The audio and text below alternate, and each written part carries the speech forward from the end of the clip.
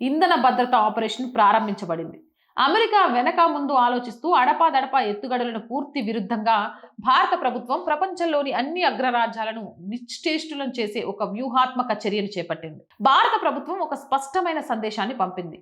Hormuz వద్ద ఎలాంటి నిర్బంధం లేదా బ్లాక్ మెయిలింగ్ ని భారత్ అంగీకరించదు.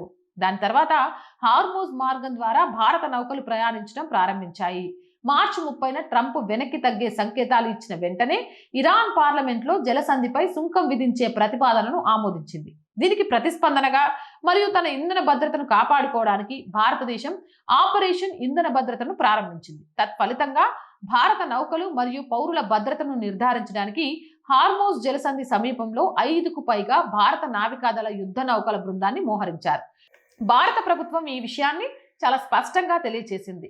తమ చమురు ట్యాంకర్లపై జరిగే ఏ దాడినైనా భారతదేశంపై జరిగిన ప్రత్యక్ష దాడిగా పరిగణిస్తాము మరియు దానికి బాధ్యులైన దేశానికి భారత సాయుధ దళాలు తగిన విధంగా ప్రతీకారం తీర్చుకుంటాయి.